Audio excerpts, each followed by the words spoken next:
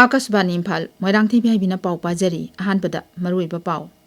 Mukhyamanti Yumnangthem Ibehaibi ngasi Senapati Jilada tongan-tonganba chakhot thaurangi project kaya sanggagani amasung kharana jatra hungani. Manipur Tampaki Jila manga Imphal East, Imphal West, Bishnupur, Thoubal amasung Kakchingda thamliba matang kaktaba curfew ngasi ayuk pung 5 dagi pung 4 phawba komthokhi. Assam, Kerala, amasung Puducherry Vidhan Sabha Mikhalda, Sangwangna, Bot Hadanaki, Assam the Sada Marpumanga, Dasmik Ahum Nipan, Puducherry the Sada Marpumapan, Dasmik Nipal Ahum Amasung Kerala the Sada, Humbudan Nipan, Dasmik, Chino Ahum Yoki. Sarkarna Central Armed Police Forces General Administration Act Lising Ani Kuntaruk, Zatneri Haina, notified Tokre.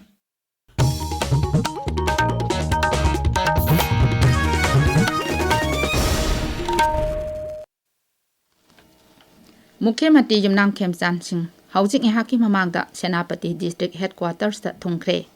Mahakna Senapati District Headquarters ta Thunglabada Naga People's Organization NPO Senapati District Students Association SDSA amasung mafam adugi nupi lupsing yauna tongan-tonganba civil society organization singna Senapati gi Deputy Commissioner gi multi-purpose hall da harau tayamna okay.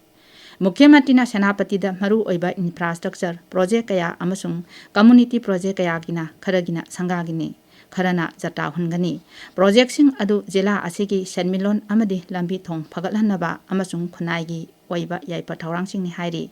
aikhoi gi pawmin hai Senapati district headquarters da Mukhyamanti na multi level parking facility amasung gari chama niputaret thaba yaba interstate and inter-district agriculture and economic transportation hub sangagani. Masigi mathakta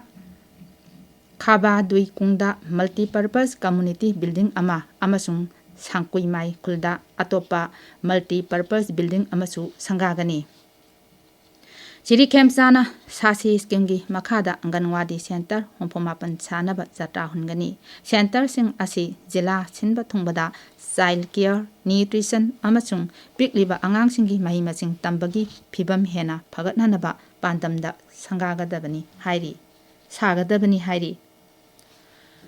Manipur Tampaki Jila manga Imphal East, Imphal West, Bishnupur, Thoubal amasung Kakchingda thamliba matang kaktaba curfew ngasi ayuk pung 5 dagi pung 4 phawba komthokhi. Curfew komthokingai manungda miyamna kaithel amasung dukansingda Thongnarakduna tangai phadana sangba potlam sing leinaki lambida gari ningthina jenaki ayuk pung 4 dagi matungda makhatana curfew amuk leiri haujik phawbagi oinadi curfew komthoklingai manungda nattaba thodok thokibagi paw leite aikhoigi Bishnu Pawmin hai Tronglaubi thodokta khoisaunaraba miyamna ngasi ayuk Moirang amadi Tronglaubi area da thorakduna Imphal lomdagi Susampur tamna lakpa alupoba malgari ani phajinduna thangkre. Assam, Kerala amasung Puducherry Vidhan Sabha Mikhal amadi Raija ahumgi Vidhan Sabha Kendra marigi marakki Mikhal ngarang santi oina loisinkhre. Election Commission gi paun hai Assam da sada marphumanga dasmik ahum nipan gi changda bot thadanaki Puducherry dena sada marphumapan dasmik nipal ahum bot thadanaki Assam amasung Puducherry Vidhan Sabha Mikhalda handaki asina khwaidagi changwangna bot thadanabani Kerala da sada humbudan nipan dasmik Shino ahumgi changda bot thadanaki Chief Election Commissioner Gyanesh Kumar, Election Commissioner Singh Dr. S.S. Sandhu amasung Dr. Vivek Joshina bot thadanaba adu live oina webcasting da yengki. Raija amasung Union Territory sing asida polling station punamakta webcasting tawba asi handaki asina ahanbani. Voter singna khodong chanaba anoba thaurang kayasu laukhatki. Madugi manungda EVM gi ballot paper da mirep singi color photo hapa mobile thampham piba nauna semdoklaba voter information slip amasung polling station singda voter listing ama sani khudingi tupi yen thokpa yauri. Assam gi Barak Tampakta su sang yamna wangna vote thadanaki. Puducherry da voter sing themduna vote thada hanaba sel yenba thingnaba Mikhal numita drone surveillance sathaki surveillance adu Belianor Kalapet Uzbharkari Manabeli amasung Karaikal Vidhan Sabha Kendra singda chathaki maduda Election Commission na lupa lakh amalising taranipan hena phagatpa ngangki. Nagaland da Makokchung Jilagi Koridang Vidhan Sabha Kendragi Maraki Mikalda Sada Marpunitoi Dasmik Aniyamagi Sangda Bot Tadanaki Tripuragi Dharamnagar Vidhan Sabha Kendragi Maraki Mikaldazu Sada Marpu Dasmik Sinomari Sangda Bot Tadanaki Koridang Vidhan Sabha Kendragi Polling Station Kuntramukta Ngak Senbagi Akan Section Taurang Lokatki Kendrasi Polling Station Taratari Sada Marpudaragi Matakta Bot Tadanaki Vidhan Sabha Mikal Pangthokadoriba Nongsu Bengal Amasung Tamil Nadu da Bot Khombagi Thabak Hena Kansile Marak Asida Nongsu Bengal da Ngasi Ani Suba Tangkaki Mikalgi Mirep Sesing Scrutiny Tawgani Vidhan Sabha Sit Samani Puni Toida Bot Thadanagadoriba Ani Suba Tangkak Asigi Mirep Pisin Bagi Matang Ngarang Loikre Tasigi Tarahum Doida Mirep Loktopagi Aroiba Numini Ani Suba Tangkaki Mikal Asida BJP Lusing Mamasung Birodi Lusing Ba Oiriba Subedu Adhikari Mukhyamantri Amasung Trinamool Congress ki Makok Mamata Banerjee Mikal Thengnari Amoronda Asad Uddin Awaisina Lusingba All India Majlis A Muslim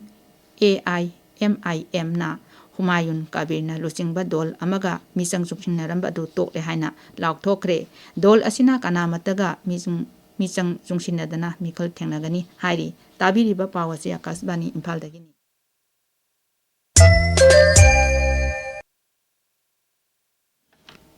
Sarkarna Central Armed Police Forces General Administration Act Lising Ani Kuntaru Satneri Haina notify Tokre Billadu Ngarang Rashtrapati Draupadi Murmuna Ayaba Pikibani Anoba Ain Asi Gazeta Pongle Kasbani Pomina Hai Nauna Satnaraba Ain Asigi Matung Ina Akanaba Pam Karagi Sada Yankai The Inspector General Kitakta Indian Police Service Dagi Deputation da mention gani aduga Additional Director General Taktana Yamdrabata Sada Humputareti Deputation da mention gani